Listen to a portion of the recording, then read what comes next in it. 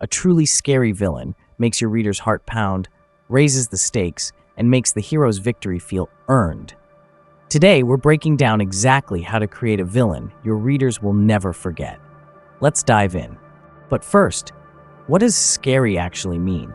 It's not just about monsters jumping out or creepy music. A truly scary villain gets under our skin and feels real enough to threaten us. They play on fears we already have, like being powerless, alone, or not knowing what's coming next. A scary villain doesn't just frighten you in the moment, they make you think and feel that fear long after the story's over. So how do we build that? Here are our top 8 tips to help you. Tip number 1, give them a good but warped reason. A villain who's evil just because they like being evil is boring and cartoony. But a villain who believes they're the hero, that's terrifying. Their evil plan makes perfect sense to them. They're not just trying to destroy the world. Maybe they want to fix the world by forcing everyone to follow their strict rules. Save the planet, even if it means eliminating people, or to get revenge on those who wronged them. Take a look at the table on screen for more examples of scary goals. For example, the other mother from Coraline. She believes children need an absolute mother, a perfect version of what they think they want. She wants their soul because she loves them too much and wants to keep them forever. Why is this scary? Because her love is consuming and possessive. She twists the natural desire for a perfect life into a sinister trap, offering perfection in exchange for freedom and your very soul. Tip number 2, make them smart and effective. A clumsy villain who always messes up isn't scary. They're funny. To be a real threat, your villain needs to be as smart as your hero, or smarter. Let your villain win. Show them succeeding in their smaller plans. Show them outsmarting the hero's first attempts. This makes the reader genuinely worry. How can the hero possibly win? For example, take Lord Voldemort from Harry Potter. He's a brilliant, powerful wizard who creates Horcruxes to become immortal, builds a massive army, and places spies inside the government. For most of the series, he's winning. Tip number 3, connect them to the hero's biggest fear. A great villain is like a dark mirror of the hero. They represent what the hero fears most, or what the hero could become if they made all the wrong choices. This makes the fight personal. Find your hero's biggest weakness, their fear of failing friends, their temper, their desire for power. Make your villain either cause that weakness or share it. For example, take Darth Vader from Star Wars.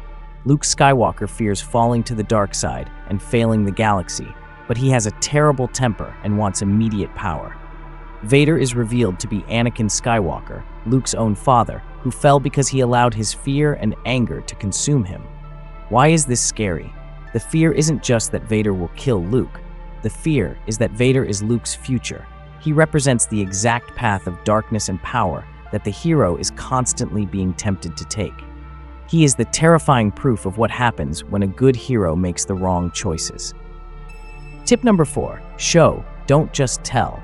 They're bad. We need to see the villain do something ruthless. This is called the kick the dog moment, a small, unnecessary act of cruelty that shows us exactly who they are. Have your villain do something cruel when they don't have to. And here's the key.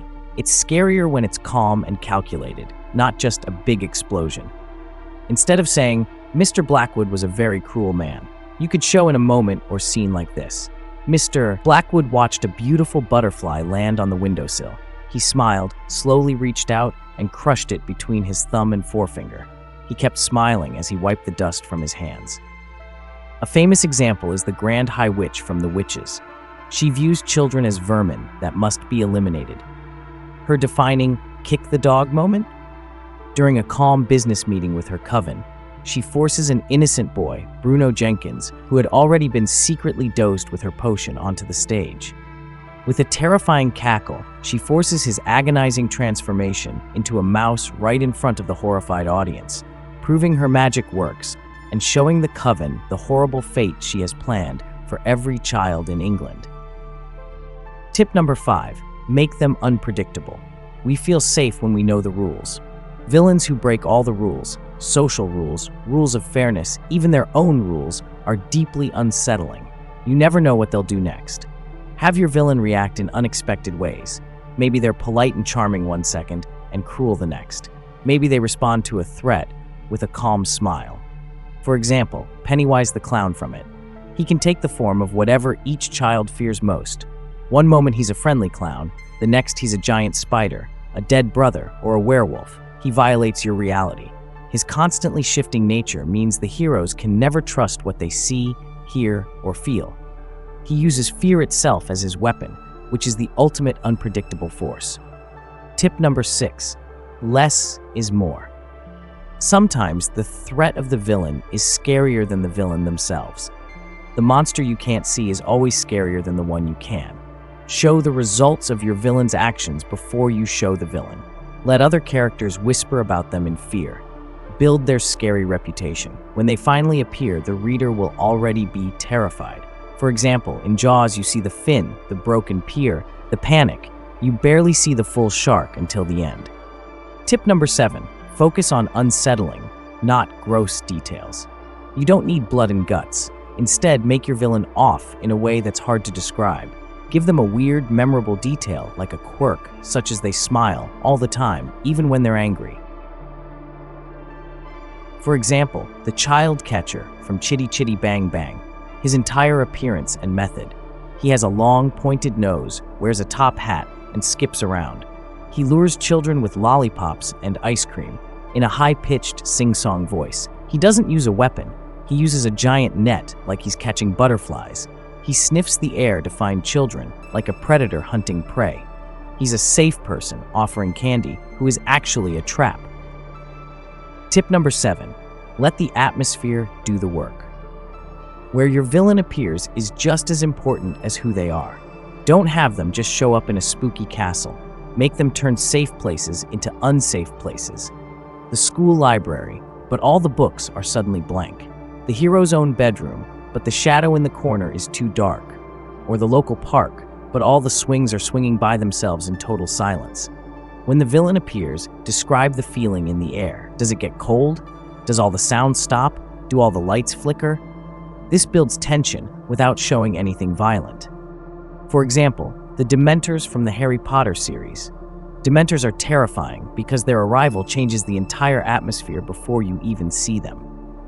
The Wizarding World's safe place is often a moving train, a cheerful stadium, or the school grounds. As a Dementor approaches, the surrounding air becomes ice cold. All light seems to be sucked out of the area, plunging it into gloom. More importantly, every happy memory the hero has is erased, leaving them only with the worst, most painful memory they can recall. So, to recap, a great, scary villain makes the reader ask, how is the hero ever going to win? They challenge the hero's body, mind, and heart. Now it's your turn. Use these tips to create a villain your readers will never forget. If you found this helpful, hit that like button and subscribe for more writing tips. And drop a comment below. Who's your favorite scary villain and why? Thanks for watching, and see you next time.